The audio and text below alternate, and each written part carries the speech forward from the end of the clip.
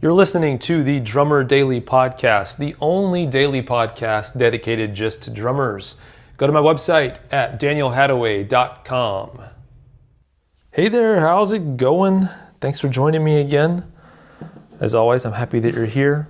First, I don't know if my voice sounds any different or not. Sometimes it does, but I have had the old allergy thing going on for the past couple of days, so I think maybe my voice sounds a little lower pitched than usual. I'm not sure though. So if you notice that, that's what's going on. But I am sitting behind my drums, as I like to do a lot. Let me turn the snares off here real quick. I'm sitting behind my drum kit, as I like to do when I do these podcasts. It's always inspiring. But today I'm extra inspired because over the weekend, I'm recording this the first of the week, over the weekend, on Friday, all of my new cymbals came in. So I think you might have heard that I'm on a box, a Zildjian worship pack box, so a box of cymbals. My picture's on the box, which is really cool and crazy. But the box of cymbals came in, so I have all these new cymbals, and so I have them set up, and that happened on Friday. And then on Saturday, I had a guy who installed a bunch of custom sound absorbing panels in my studio space. So we hung a few what we call clouds, very large squares on the ceiling that absorb sound or absorb reflections off of the ceiling. So when sound bounces off the drums, they don't bounce off the ceiling and back down into the mics. The mics just pick up the sound coming directly from the drums.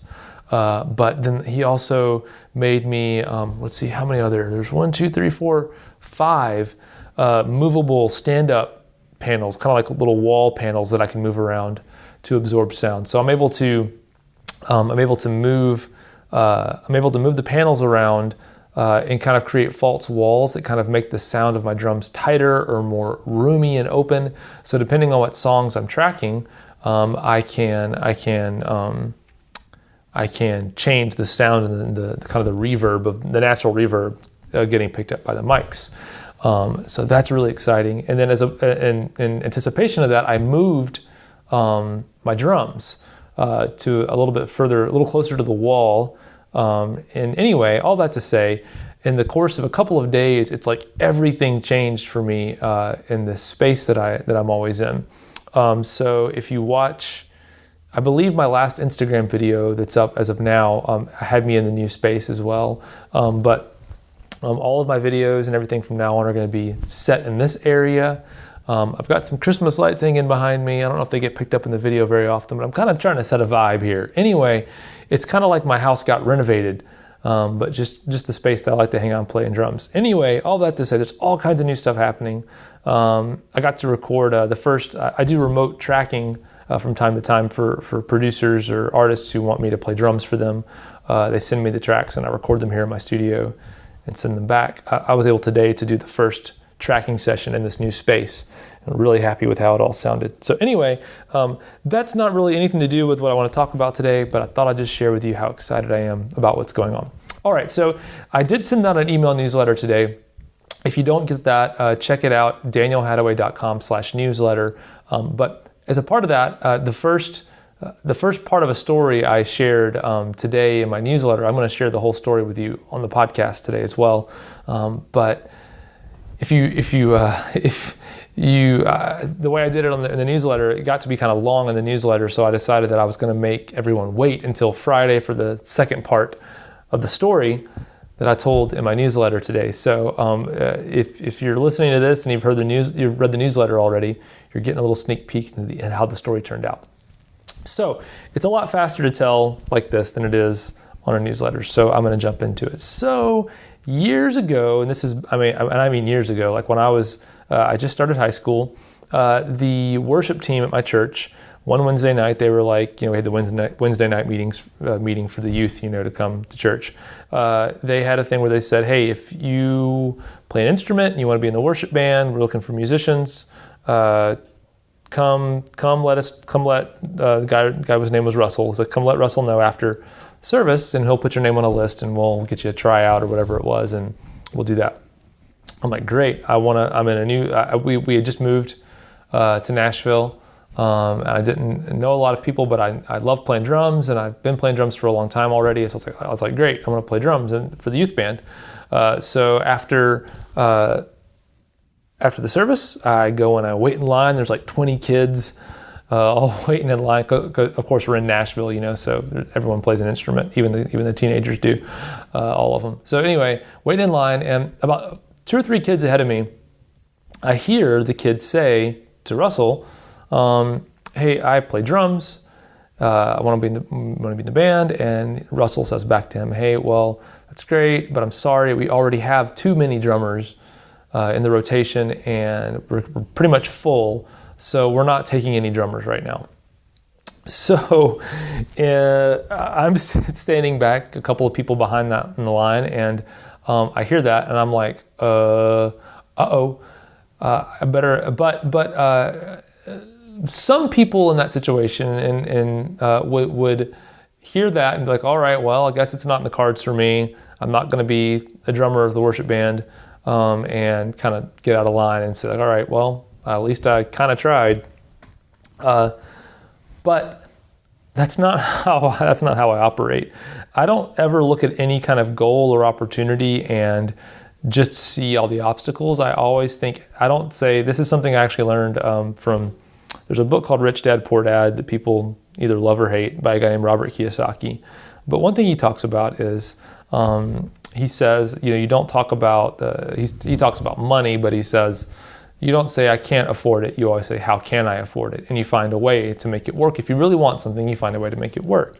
And that's kind of how I view opportunities or challenges or anything like that. I don't ever say, I don't say this isn't going to work. I look at it and say, how can I make this work?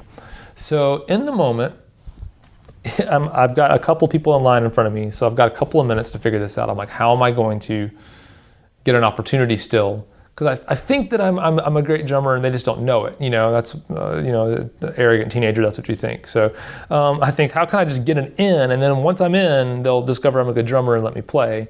So anyway, I get up to Russell, and I say this. I say, hey, I'm a drummer. I know you've got a lot of drummers, but I also play this other instrument called a djembe. Now, remember, this is in the late 90s. So this was right before the djembe ended up kind of becoming like the cajon is now to worship bands, where like everyone plays it. It's kind of the thing to play. Back then it wasn't. It was the djembe, where it was about to be. I was on the cutting edge here. But I said I played the djembe, and I think it would be a great kind of percussion complement to the worship band. And this is the time also, remember, that every worship band had a percussionist as well as a drummer. So I was like, I think this sound would be a great compliment. Even if you already have a drummer playing, I could play along with the drummer, and it would be great. So he says, sounds great. Bring it to practice next week. And I'm like, okay, great. Well, but there's just one problem. The problem was, I had never even touched a djembe before in my life. So I don't condone lying to get into situations. That's not what I'm saying. But I did it at the time. That's what I said, and I was like, okay. And so he says, bring it. So it's a Wednesday night, and he says, bring it to basically Wednesday night practice next week. So the way I even knew a djembe existed was because I happened to go to a music festival in the summer before that, and saw somebody playing one, and found out what it was. And so again, this was before YouTube or anything. I had no instructional videos. So my parents, being the gracious, amazing parents they were, I told them what I had said and what I had done, and they went and they actually bought me a djembe the next day at a music store and brought it home to me and surprised me. And I had, over the next 6 days, or really 5 days, I basically taught myself how to fake that I could play the djembe enough to at least make it through a rehearsal on the djembe as a high schooler. And I showed up to practice the next week, And they loved it. They thought it was great. They said, hey, next week, will you go play with one of our bands for the middle schoolers? I'm like, yeah, great. So I did that. 1 week, I think the next week, they had me play with the high schoolers. But then at the last minute, the drummer didn't show up. And they were like, well, can you just, we just want to have a drummer and you can just play djembe. And I was like, well, I can play drum set. And they're like, well, we didn't really rehearse with you playing drums. And I was like, well, I know it on djembe. I know the songs. Let me just play the drums. They're like, oh, okay. And you could tell they were really nervous about it, but they let me play the drums. And as a result of that, they loved my playing. And they invited me back to play drums all of a sudden out of that. And ended up playing almost every Wednesday for the next 4 years in high school.